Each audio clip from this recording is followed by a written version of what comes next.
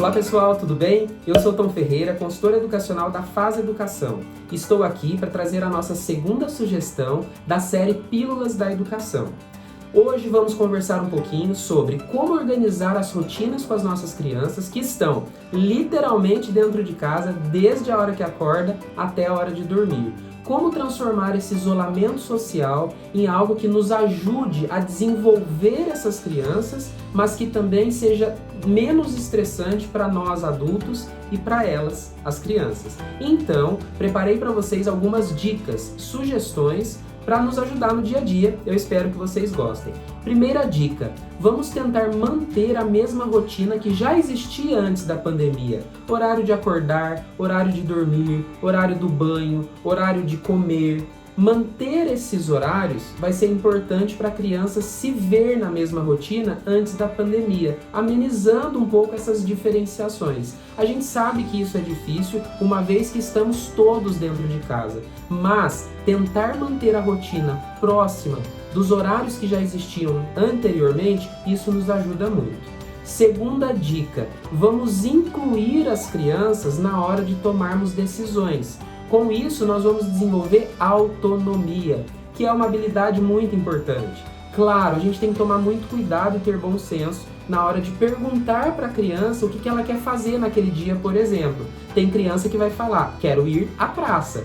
E ela sabe, talvez não saiba, porque está falando naquele momento, então é o horário da gente explicar o porquê de não poder ir à praça. E aí a gente já conversa com essa criança. Já vou abrir um parênteses aí, a questão da conversa. Gente, é o momento da gente conversar muito com as nossas crianças. E conversar mesmo, sentar ao lado, olhar nos olhos e conversar com essas crianças sobre tudo o que a gente possa conversar.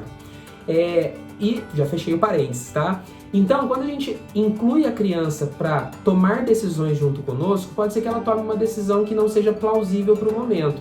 Mas a gente pode pegar esse limão e transformar numa limonada. Podemos falar para ela o seguinte, então tá, não podemos ir à praça, que pena. Mas como que nós podemos transformar um espaço que vocês tenham na casa de vocês, como poder transformar aquele espaço na própria praça? Então, transformar objetos que estejam ali dentro de casa com objetos que tem na praça. E aí a gente pergunta para essas crianças, o que tem na praça que você gosta? O que daqui pode ser algo que represente aquele objeto que você gosta da praça?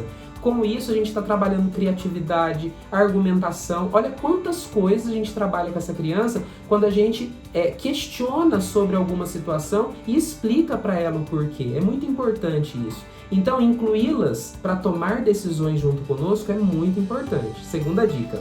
Terceira dica. Vamos fazer com que essas crianças estejam sempre fazendo alguma atividade. Porém, porque a gente fica tão assim, né? Temos que fazer atividades com as crianças. Mas a gente tem que ter também intervalos entre essas atividades. Não tem como fazer atividades o tempo todo. O cérebro, ele não consegue seguir uma sequência de atividades o tempo todo. É por isso que as atividades, elas têm que ter intervalos. Mas a gente tem que ter intervalos dirigidos. Intervalos onde, por exemplo, a gente vai ao banheiro com a criança, lavar as mãos, por exemplo, e a gente já conversa com ela o porquê que está lavando as mãos. Vai numa janela com essa criança no momento que está fazendo alguma atividade. Vai até a janela, pede para ela olhar pela janela e falar o que você está vendo por essa janela, né? Eu estou vendo uma árvore. A árvore começa com que letra? Olha só, você consegue engajar essa criança mesmo no momento que você está fazendo um intervalo de alguma atividade, ok? Então essa é mais uma dica que eu tenho para vocês. Dica número 4. A gente deve organizar com as crianças diariamente as atividades. A gente não pode fazer uma organização da semana toda. As crianças, a noção de tempo das crianças é diferente da noção de tempo de nós adultos, que nos organizamos no primeiro dia da semana. A gente consegue fazer uma organização da semana toda. Com a criança não. Sempre ao final do dia, conte para ela o que foi feito durante o dia e já fale para ela o que vai ser feito no dia seguinte, né? Com isso, a gente também tem aquela sensação de dever cumprido do dia e sabemos já o que vai ser feito no dia seguinte. Essa é uma dica primordial também. A cada dia nós contarmos o que foi feito e o que será feito no outro dia. Alguns pais fazem a organização disso, inclusive usando um quadro colocando alguns desenhos para representar aquela atividade que está sendo feita. Isso é muito bom, é outra dica que eu deixo para vocês, que eu já vi alguns pais fazendo isso, tá?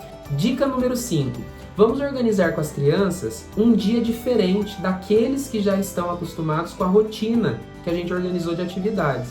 Então, em um dia da semana, a gente faz algo diferenciado. Por exemplo, enche uma bexiga d'água e vá fazer, uma brincadeira com bexiga d'água no quintal. Vamos assistir um filme com as crianças, mas quando eu falo assistir um filme, é literalmente sentar ao lado da criança, assistir ao filme, comentar sobre o filme, fazer questionamentos sobre o filme no momento que vocês estão assistindo com essas crianças. Isso é muito bom para o desenvolvimento dessa criança.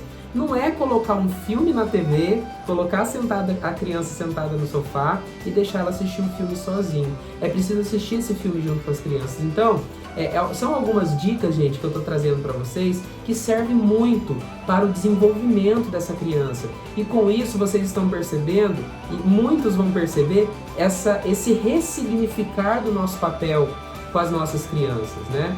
Uma outra situação, já aproveitando que eu estou falando de filme, de fazer algo diferente, tomar muito cuidado com as telas, uso de celular, uso de televisão, uso de tablet. A gente sabe que a gente tem que ter um tempo para utilizar isso e que a gente utilize isso para algo que também nos ajude. Por exemplo, assistir um filme que ensine a criança a construir um brinquedo e depois construir o brinquedo com a criança, né? Então ela transpor aquilo que está no filme para a realidade dela e utilizar aquilo como algo pontual, não deixar as crianças o tempo todo na frente do celular ou na frente da televisão, ok?